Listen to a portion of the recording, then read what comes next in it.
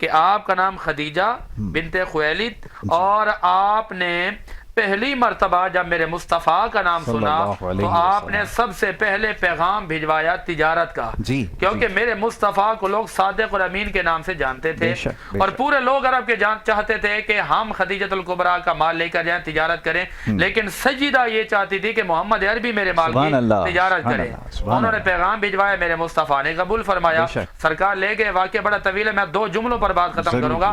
جناب آپ نے اپنے غلام کو ساتھ بھیجا، ابھی بات چلے جس غلام کا نام تھا میسرہ، وہ غلام کو وصیت فرماتی ہیں کہ اس راستے کے اندر جو مصطفیٰ فرمائے، جو محمد فرمائے وہی کرنا، ان کے حکم کے آگے کبھی انکار نہ کرنا، کبھی نہ کرنا، اور پورے راستے کے مشاہدات نوٹ کر آنا، مجھے آ کر بتانا۔ اچھا جب واپس آئے نا تو غلام میسرہ سے پوچھا کہ بتاؤ کیا ہوا؟ وہ کہتے ہیں میں اور تو کیا بتاؤں، میں نے ایک منظر جو دیکھا بڑا ایمان افروز ہے۔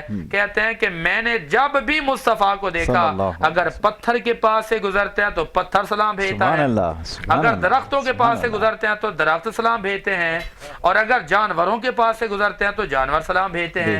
آپ جناب سیدہ خدیجہ الکبریٰ رضی اللہ تعالیٰ عنہ اس قدر مطمئن اور اطمینان کی حالت میں آ گئی کہ آپ نے پھر پوچھا کہ یہ بتاؤ کہ وہ جو مال تجارت لے کر گئے تھے وہاں پر آپ کو کیا انداز تھا؟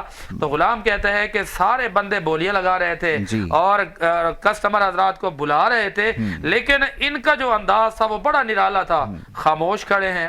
اور میں نے ان کو یہ کہا کہ آپ بلاتے کیوں نہیں ہیں؟ آپ نے فرمایا ہم بلاتے کسی کو نہیں، لوگ خود ہی چل کر آتے ہیں۔ اور پوچھا کہ مال سب سے پہلے کس کا بھی کہا؟ تو غلام نے یہ کہا کہ ساروں کے مال ویسے کے ویسے بچے رہے، جس محمد نے کسی کو بلایا نہیں تھا اس محمد کا سب سے پہلے مال بک گیا۔